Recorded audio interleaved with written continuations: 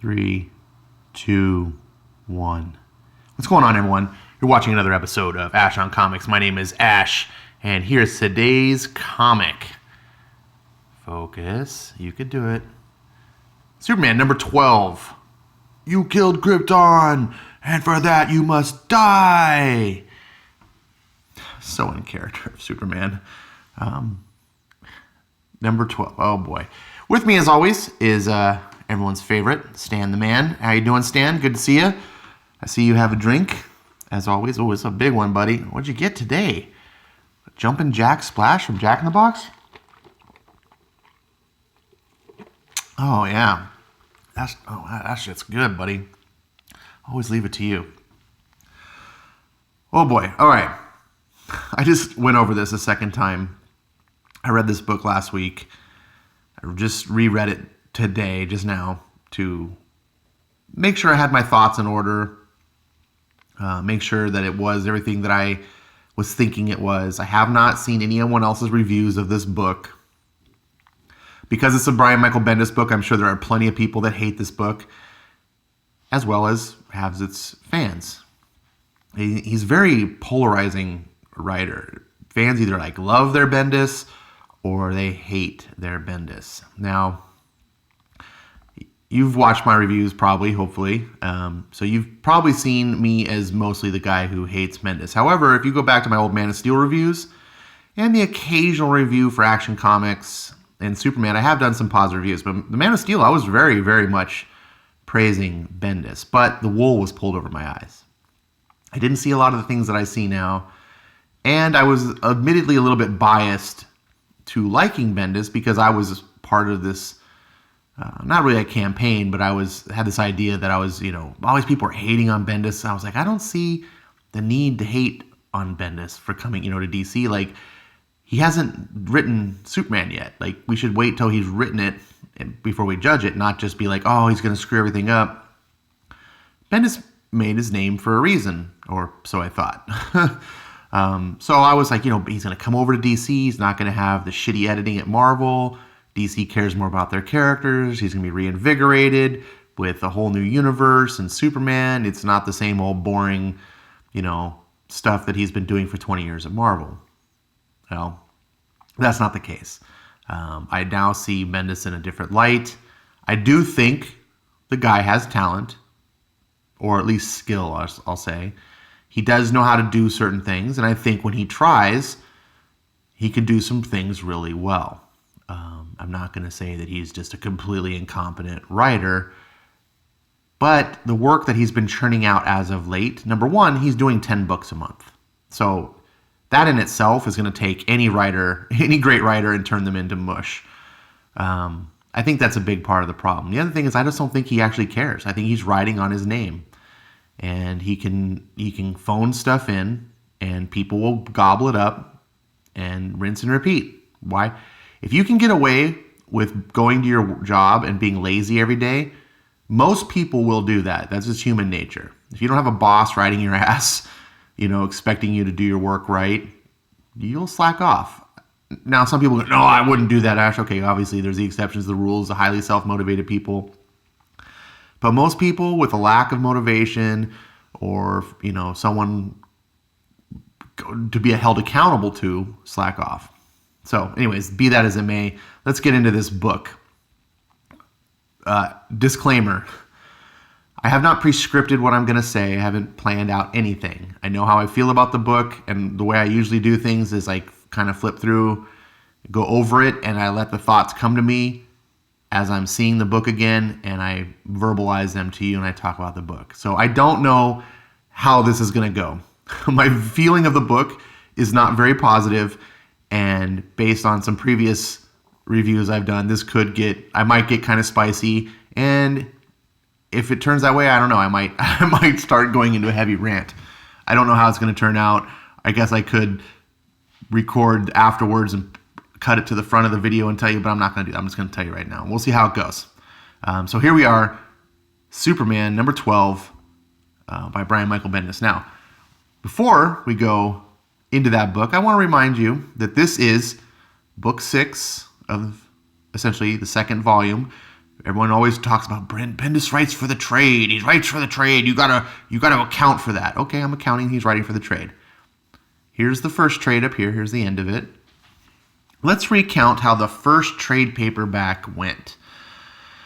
It went with Brian Michael Bendis writing a bunch of paragraphs about Superman waxing philosophic, and big 2-page spreads of just pinups of Superman punching, Rogol punching, Zod punching. Meanwhile, in the background was a bunch of text walls of just Superman talking about just nonsense. Like, it didn't even fit with what's going on. Unity Saga Part 6. More just big pinups, more walls of text. Just, virtual, this is not, I mean, it's virtually a 2-page spread again. More walls of text. Superman gets a big punch in. More walls of text. Is, Superman more just being philosophical. Oh, Rogol this, and I don't understand that, blah, blah. Just, okay. And then finally, record scratch. And Superman gets sucked out of the Phantom Zone. And he's just like, oh, what's going on? Oh, we pulled you out. Okay.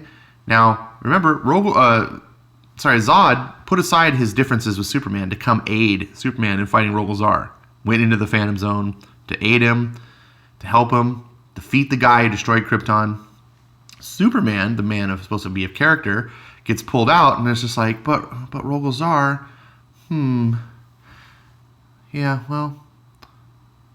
never mind.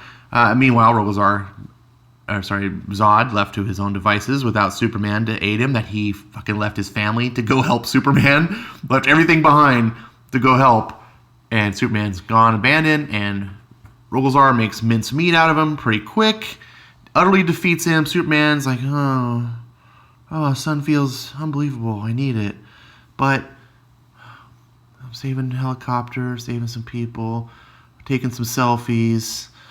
I'm just gonna fly around here. Oh my God, my son! The end. That is how the first trade called the Unity Saga ended. For those of you who may not remember, it's easy to forget because it's super forgettable. Fast forward to Volume 2. We see now Zod has been working with Rogol. Well, why not? I mean, Superman left you to die. Why? Just so stupid. And then we get this worm-tongued guy. Rogol, General Zod, listen, we have a real opportunity here. Blah, blah, blah, blah, blah, blah, blah. Finally, we get Zod saying, for what? Before his entire annoying family hears. And then Superman, my cousin Kara is here. Supergirl. And Crypto. Dun da da. Every living member of the House of L in one place. Aw, it's a family reunion. The Unity Saga. It should be called the Eternity Saga because it never freaking ends. The House of L, Part 6. So, still part of the same big giant saga, but now this is like his Empire Strikes Back, maybe, I guess. I don't know. Look, we have a big giant 2-page spread of Superman punching, just nonsense, and then wall of text. Surrounded. But with Kara here, we have a real chance at some truth and some real closures. The armies of Thanagar, Trillium, and Kund have finally retreated at the sight of her joining us. Of course. Superman and his dad and John, they're not, but Supergirl's here. Oh shit, fucking run. So it's just us, L's, against the Phantom Zone brigade of Zod, Joksur, and this monster Rogol. Why are you with this destroyer of Krypton, Zod? Why? I don't know, Superman. You only left him to die like the freaking ass munch you are. Zod was more of a hero than you were in that last trade. I don't need a fight. I need answers. Time to see if Jor-El fixed his ship as we can. Uh-oh, Rogol-Zar sees it. What? The pictures don't match anything. It's just Bendis was like, Ivan, draw a big pinup of Superman fighting and a ship. Like, he didn't plot out any sort of direction of, like, visual storytelling. He just wrote stuff. My cousin has Rogol's power staff. She took it off him back on Earth. Looks like he wants it back. Badly. Kara took it to find clues as to the real final fate of Krypton and the truth behind Rogol's claims. I can't wait to see what she found. I haven't been able to speak with her since. If she came back here with the staff, she must have something. She does. Coy smile. Oh, she does. Oh, look at that. So cute. And then, bam! Big another full-page spread of Supergirl clocking the shit out of Rogol-Zar. Now remember, this is the guy that wipes the floor with Superman and Zod. No problem. But, you can't. Those are just men. This is Supergirl. He ain't seen nothing. Now Supergirl's here to teach him a lesson, just like she did the first time in Man of Steel. Good job. We don't even need... Why does Supergirl have her own book? She could just be the star of Superman's book. Something moving at super speed. Now, keep in mind this whole time, Supergirl's right here, is just sitting around floating in space, admiring, like, oh, Supergirl's back. She has something cool. Oh, cool. She's beating on Rogol-Zar for me. Thanks, big sis, for coming to save me from the bullies trying to take my lunch money. And then, still floating around, something moving at super speed. Huh? Oh, look, it's a cute puppy doggy licking Jonathan in the face in the middle of the battle going on. But, I kind of needed to see that. A stolen little moment that showed me my boy is still my boy. Are you freaking kidding me? You're in the fight of your life. Meanwhile, here comes Zod zooming in. That almost made this entire ordeal worse. Zod! Oh, jeez. Good. Just kick his ass, Zod. Fucking make this guy man up, please. Growly, growly, growly. Oh, Superboy, when they're fighting. Grr, grr, grr, grr. Oh, struggle, struggle, struggle. What's going on here? Struggle, struggle. It's time to go. Just look at this. Oh, Ivan Rice, you're being so wasted. Flippity flip. Zod gets flipped into Rogol. Oh, boom. I've been signaling you. Get everyone on board now. So he's like, it's time to go down. Then he says that. Hey, cousin. Is that John? Hey, cuz. Wow, you hit puberty hard. Zod with their heat vision just fries everybody.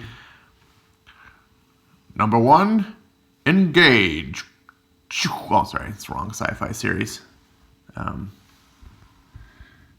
Looking around.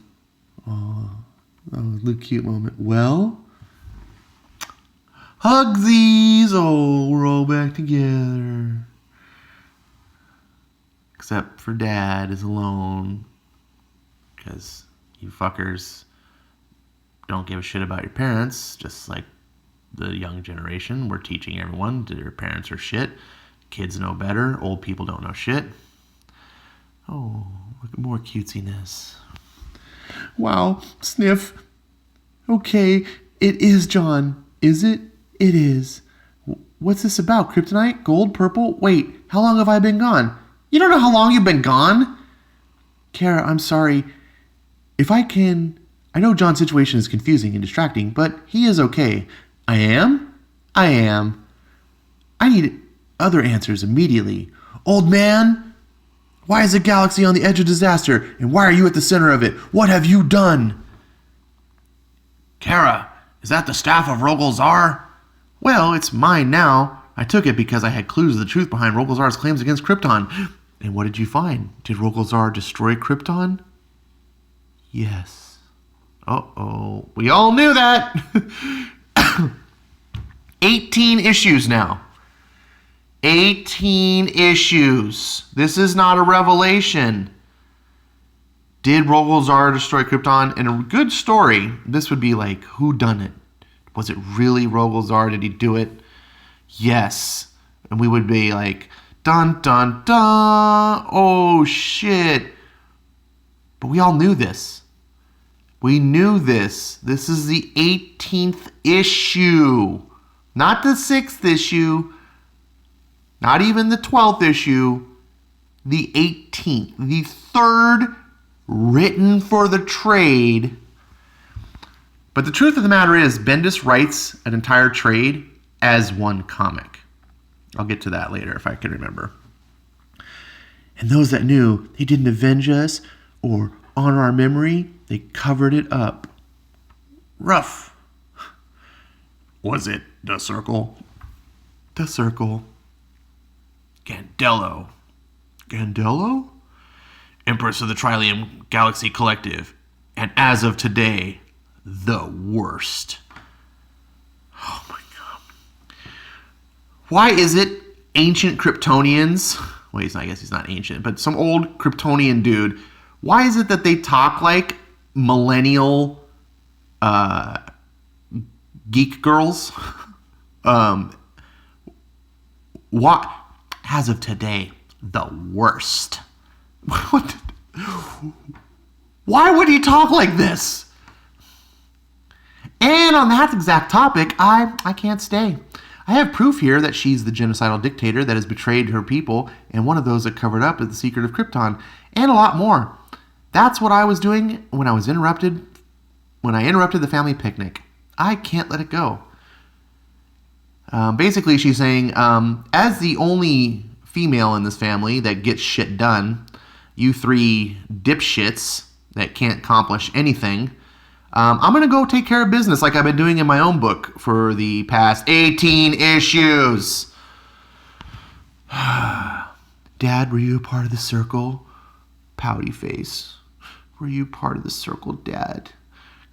Kara's going to go take care of things for us.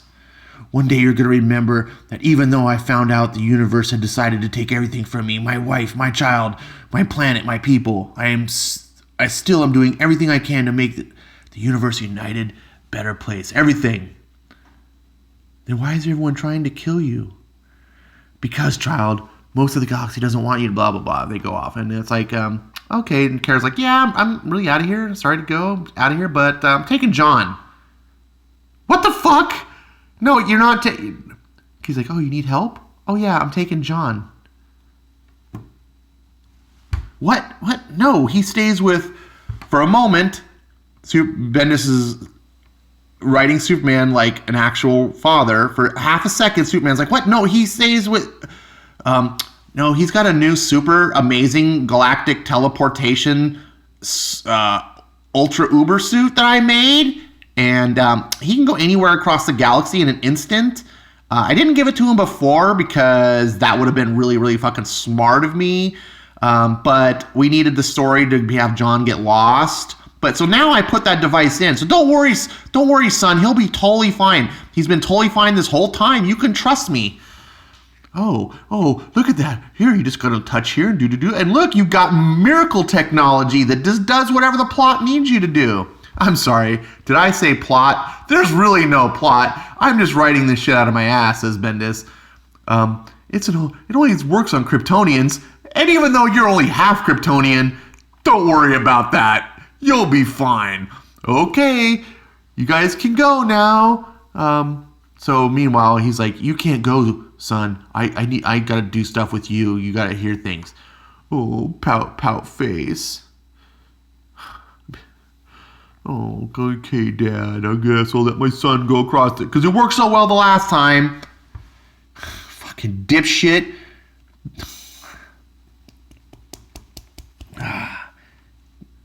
Krypton needs CPS. I was hoping we'd get to do this part together.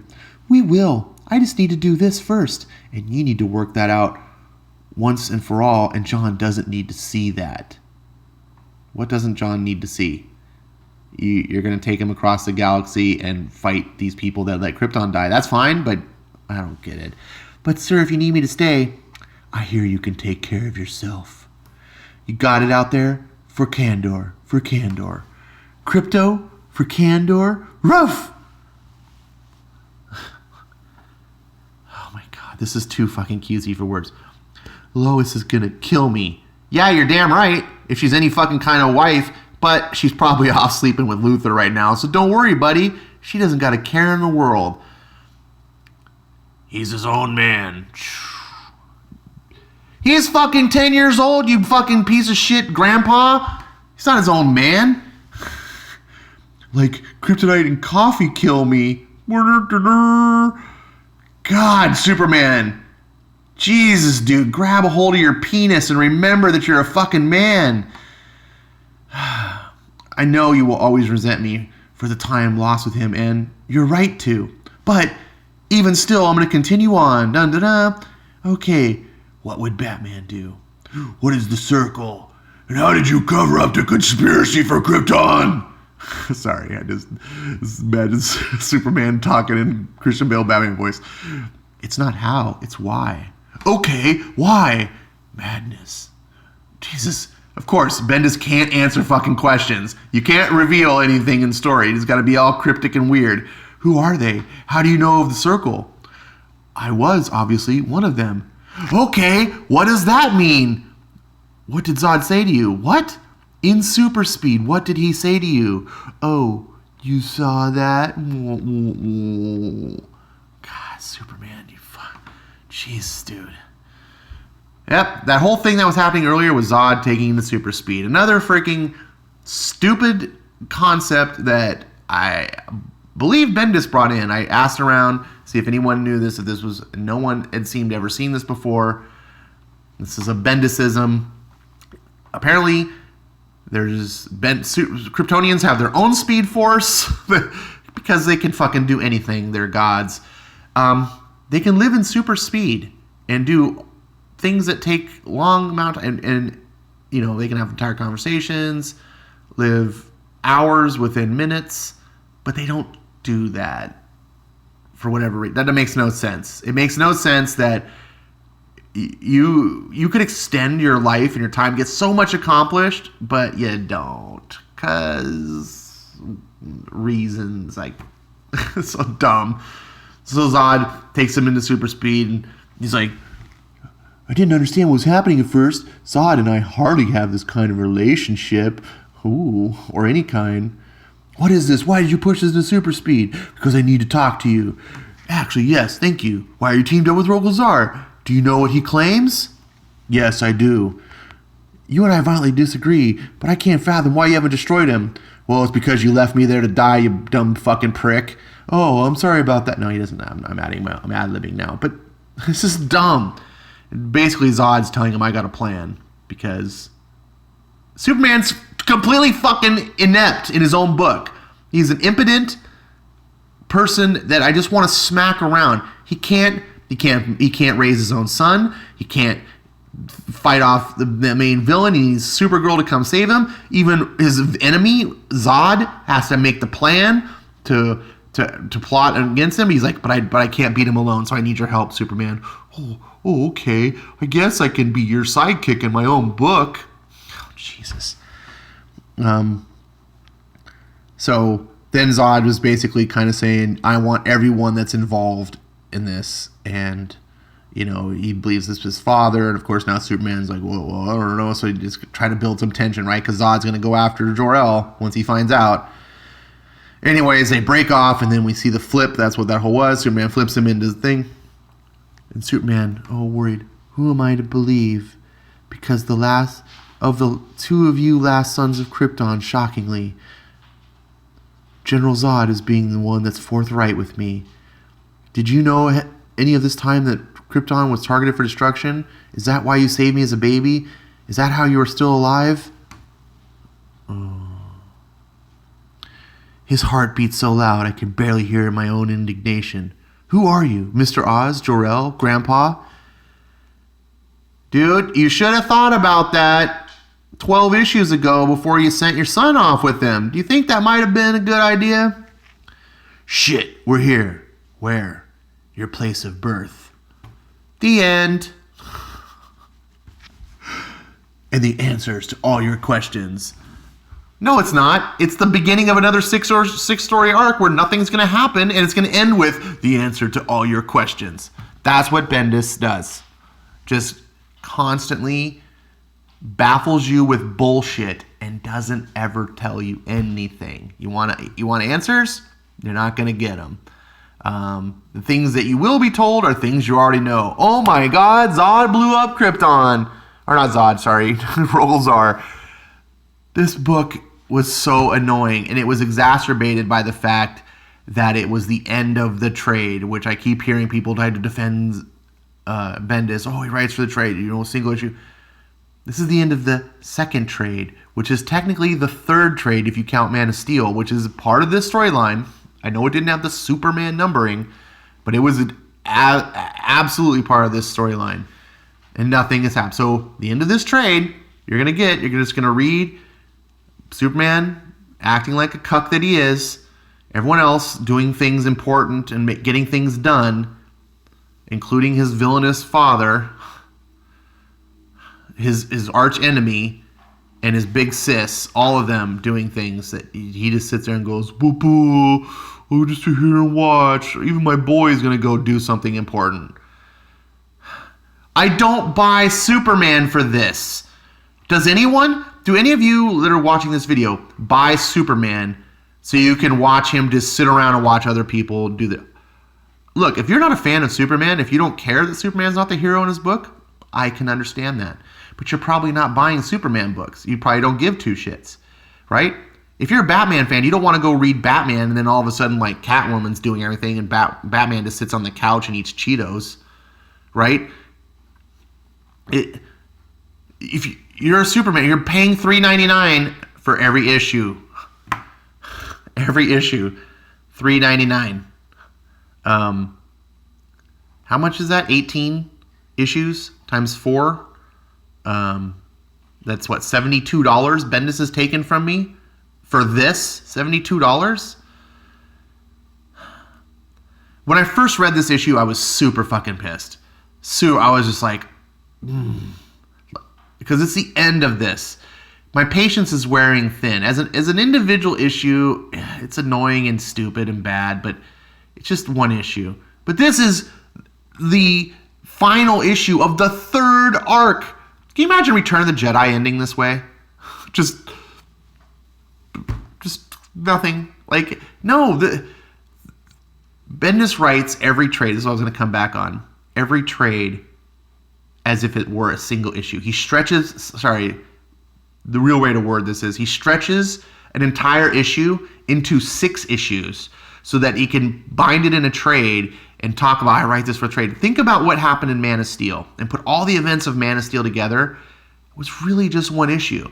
And it would have been okay, even though it was stupid that Supergirl came and saved the day at the end, but it would have just been one issue. Dun-dun-dun, Supergirl shows up with the Phantom Zone projector, ba-boom, sends Rogolzar into the Phantom Zone. Stay tuned next week, or next month, kids, for issue 2. And then issue 2 was Superman doing what happened in the first trade. Fighting Rogolzar in the Phantom Zone for an issue. Oh, he fights, and then he gets out of the Phantom Zone. And his son appears at the end. Oh, my goodness. And then issue 3. Oh, son, what happened? Let me tell you real quick what happened. Oh, my God, that's horrendous. Oh, meanwhile, we got Rogolzar's back and with your father. Let's all fight with Kara here, too. And then the end. And now we're going into issue 4. This would all be so much more forgivable. But this is 18 issues. I could see then going, oh, it's only the third issue of a six-issue trade. Maybe by the 6th issue, this whole story will wrap up and have a good story. I shouldn't have to say maybe by the 6th trade we'll have an actual story emerge. That'll be 36 issues. Stupid. This was a fucking stupid book. I honestly, I feel good about myself not blasting it as much. I thought I was going to go just cussing up a storm and screaming and because I did hate this issue, but I read it a second time, and I don't know if I'm just done with this now. I'm just tuned out.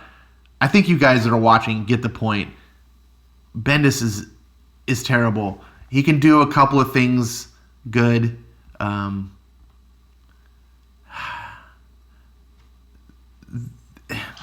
This cutesy stuff, I guess, would be okay if it was chosen in the right moment. Man, this is just, God, this is just awful. This Speed Force bullshit. And then like put their heat vision powers together and they can annihilate Zod or Rogolzar. I kind of keep missing those names up. This whole thing about Jor-El, they can't make up their mind. Is Jor-El a good guy or a bad guy? Is he a guy that you would send your 10-year-old son off across the universe? Or is he a guy that you're going to try at Nuremberg? Right? Like, Bendis keeps flip-flopping back and forth. You can't have it that way. I, as the reader, was like, what are you doing? Why are you sending it off that way? And people at the time tried to justify it, be like, well, it's Superman's dad. Why would he have a problem sending a kid off with grandpa? People send their kids off on vacation with grandparents all the time. Yes, I myself as a kid, I visited my grandparents every summer as a kid. I spent all summer with them as a kid.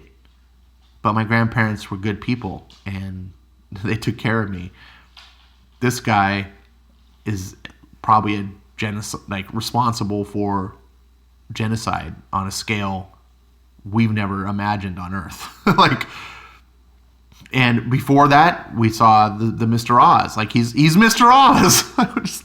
I don't understand anything. It's like nothing matters in this book. It's just cutesy moments. Yes, I get that. That pulls in my heartstrings too. And in a vacuum, if I just saw this panel and I didn't understand what's happening, I'd be like, oh, it's kind of a little human moment there. But when you put it together, it just doesn't work. These puzzle pieces they're not the right pattern of puzzle pieces. It's not making the picture right. I don't want to see... I'm just getting into lots of words as I'm blabbling. Thanks you guys for watching this video. If I built this up to be something bigger than it was, I really did honestly think I was going to just tear into this. I read it again before watching the video, and I don't know if the anger subsided. It is really freaking stupid. I just want Zod to have his own book now. Zod's like the new Superman. I guess, for me. Bendis can't go away soon enough. All right. Thanks for watching. Stan, thanks for putting up with all my rhetoric and babbling on. I know it was a long one, but you're still here. And thank you all you guys for watching. Bye. It's time for another Jail 8 webcomic. Number 47 by Yale Stewart. Squared.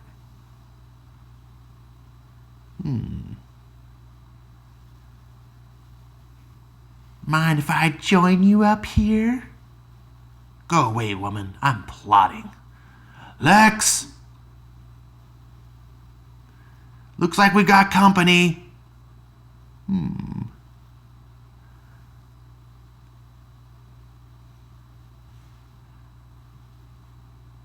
Let them come.